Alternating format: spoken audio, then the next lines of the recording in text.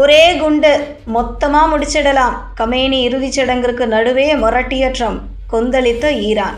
எகிரும் tension.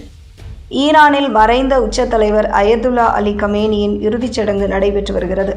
இதில் பங்கேற்க Iran தலைவர்கள் தெஹ்ரானில் திரண்டுள்ள நிலையில் ஒரே ஒரு குண்டில் அனைவரையும் வீழ்த்திவிடலாம் என்று அமெரிக்க அதிபர் ட்ரம்ப் பேசியது ஈரானுக்கு கோபத்தை ஏற்படுத்தியுள்ளது.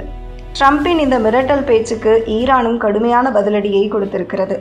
அமெரிக்கா தாக்குதலில் கடந்த பிப்ரவரி மாத இறுதியில் ஈரான் உச்ச தலைவர் அயதுல்லா அலி கமேனி கொல்லப்பட்டார். இதையடுத்து இரு நாடுகளுக்கும் இடையே போர் வெடித்த நிலையில் தற்போது முதல் கட்ட போர் நிறுத்தம் ஏற்பட்டு பேச்சுவார்த்தை தொடங்கியுள்ளது. இதையடுத்து 4 மாதங்கள் கழித்து அயதுல்லா அலி கமேனியின் உடலுக்கு இறுதிச் சடங்குகள் தொடங்கியுள்ளன.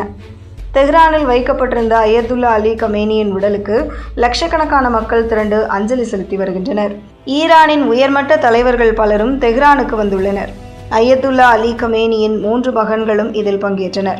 புதிய உச்ச தலைவராக நியமிக்கப்பட்டிருக்கும் மொஜ்தபா கமேனி மட்டும் வெளியில் இதுவரை தலை காட்டவில்லை. ஜூலை 9ஆம் தேதி வரை ஈரானின் பல்வேறு நகரங்களில் இறுதி ஊர்வலம் நடைபெறுகிறது. இதற்கிடையே அமெரிக்க அதிபர் டொனால்டு ட்ரம்ப் தெரிவித்த ஒரு கருத்து ஈரானுக்கு கடும் கோபத்தை ஏற்படுத்தியுள்ளது. ட்ரம்ப் கூறுகையில், ஈரான் தலைவர்கள் அனைவரும் கமேனியின் இறுதிச் சடங்கில் பங்கேற்றிருக்கிறார்கள். ஒரே ஒரு ஷூட்டில் அனைவரையும் வீழ்த்திவிடலாம். அப்படி செய்தால் பேச்சுவார்த்தை நடத்த யாரும் இருக்க மாட்டார்கள்.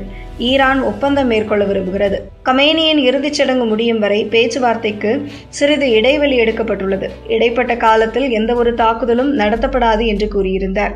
ட்ரம்பின் இந்த பேச்சு ஈரானுக்கு கடும் கோபத்தை ஏற்படுத்தியுள்ளது.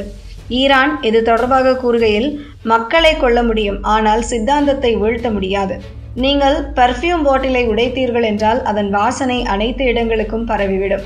உங்களுக்கு இதெல்லாம் புரிய போவதில்லை. ஏனெனில் நாகரிகமோ வரலாறோ பெருமையோ உங்களுக்கு கிடையாது என்று காட்டமாக கூறியுள்ளது. ஈரான் அமெரிக்கா இடையேயான இந்த புதிய வார்த்தை போர் மீண்டும் பதற்றத்தை ஏற்படுத்தியுள்ளது.